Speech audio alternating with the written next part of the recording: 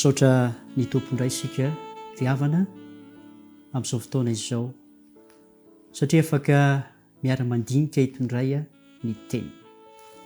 Ireo hevitrintsika moa dia miompana hatrany amin'ilay hoe ny fiainan'ireo olo-malaza ao amin'ny Baiboly izay natao ohatra ho antsika. Hitantsika teto ny amin'ny fiainan'ny Abrahama, tsy ny fiaina manontolo fa ny empahany amin'ny fiainany. Hitantsika teto koa ny amin'ny fiainan'ny Solomona, samy nakatsika lesona avokoa ireny. Androantsika dia jery indray ny amin'ny fiainan'ny LOTA. Ary lohateny izay omentsika amin'ity fianarana eto ity indray dia ny hoe LOTA marina.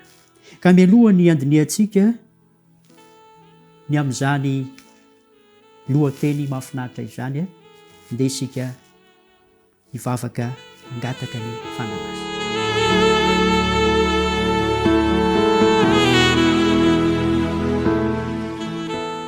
Misaotranao indray izay Andriamanitra satria afaka handinika ny teninao.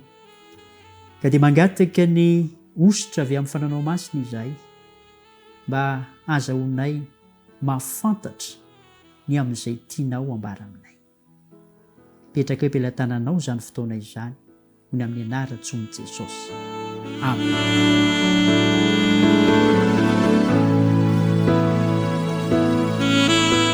Fiainan'ireo olo-malaza ao amin'ny Baiboly natao ohatra ho antsika. LOTA marina. Ao amin'ny Genesis 3:10 dia ahitantsika ny nandravan'Andriamanitra ny Sodoma sy ny namonjen'Andriamanitra ny LOTA.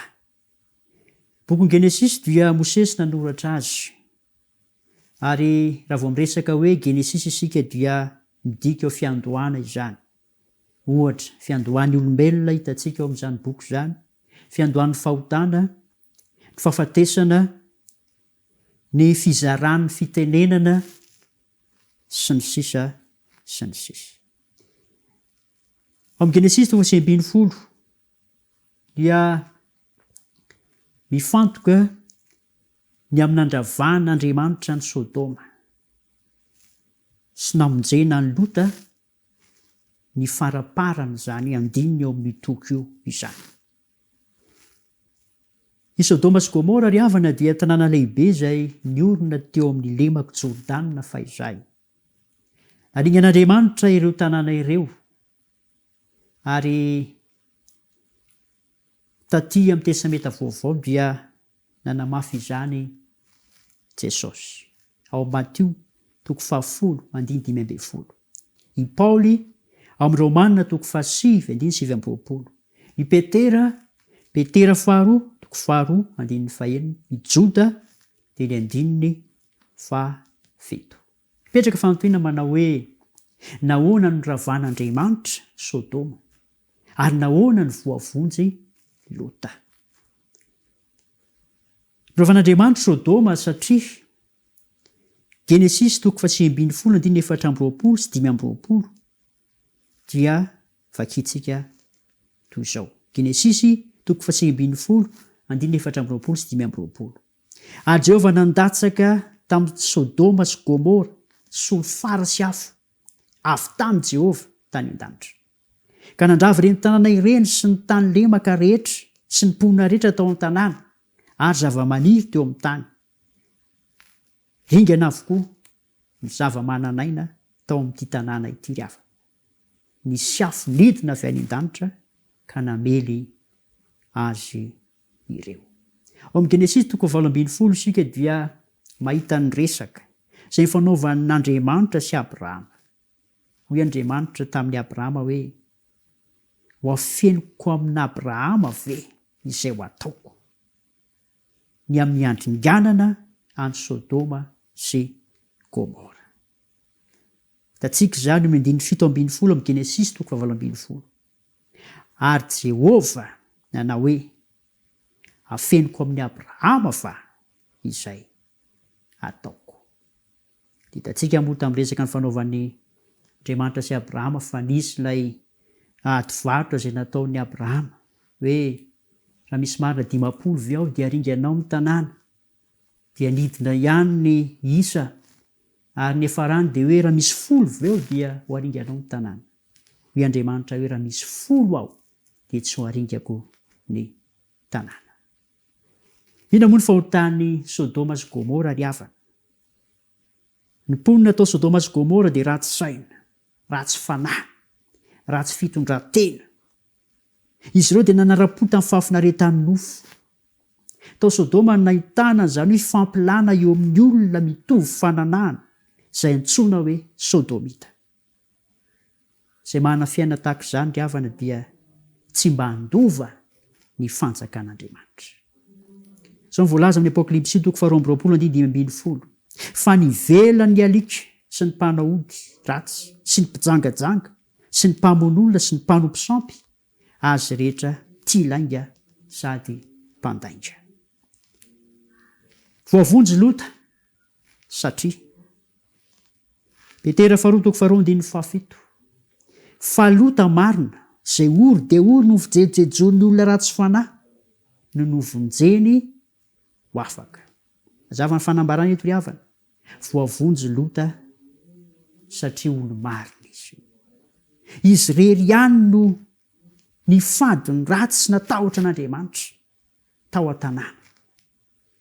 Noho izany dia nivonjen'Andriamanitra izy sy ny ankonany. Mampalahelo moa tamin'ity tantara ity ry havana dia rehefa notarehiny anjely hivoaka ny tanàna izy ireo dia mbola nierika ihany ny vadin'ny lota ka tonga vongatsira mitsangana. Ina ny lesona sy fampiarana ao antsika ny amin'izany tantara nisy teo amin'ny fiainan'ny lota izany. Lesona roa ny tsoahantsika ry havana. Voalohany, aringan'Andriamanitra izay mbola mitoetra ao anaty faharatsiana.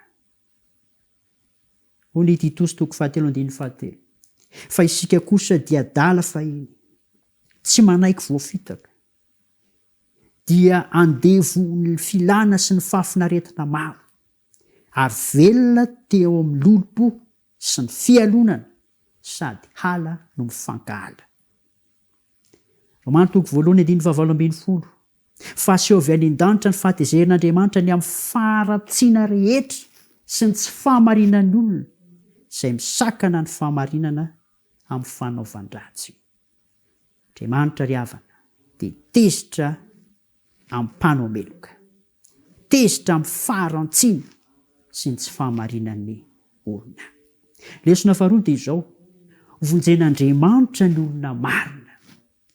Ahoana moa ny atonga antsika ho marina ry havana? Izao ny voalaza amin'ny Romana 9:1. Romana 9:1. Ary amin'izany dia tsy misy fanameloana ho an'izay ao amin'ny Kristy Jesosy. Ao amin'i Jesosy isika rehefa mandray azy ho tompontsika.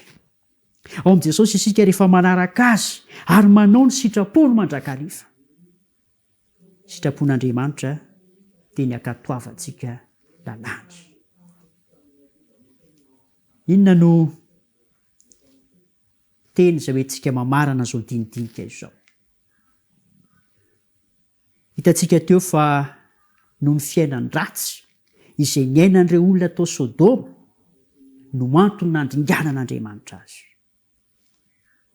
Mazava ry havana fa ny olona marina dia ho vonjen'Andriamanitra. Tadio koa anefa fa ny olona mihemotra dia ho very.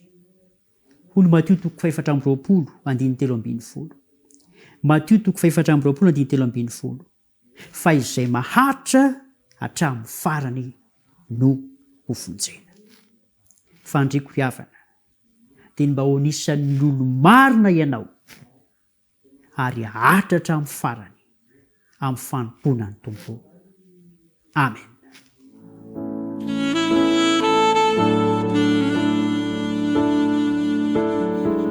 Misaotra anao izay Andriamanitra ray eo ny amin'ny nanomezanao anay ny fiainan'ny lota, na dia niaina tao anatina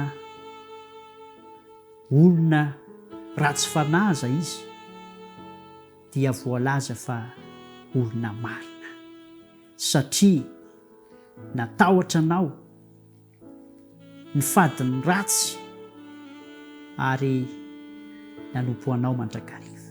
Ingany mba lesonao anay ihany koa izany fiainan'ny lota izany, ka dia andray anao zay Jesosy Kristy, anompo anao zay Jesosy Kristy, hiaiky ny fahotanay eo aminao zahay Jesosy Kristy, ary hanao ny sitraponao zahay Jesosy Kristy, ary ny amin'ny anaranao rery ihany mametrahanay izany vavaka izany.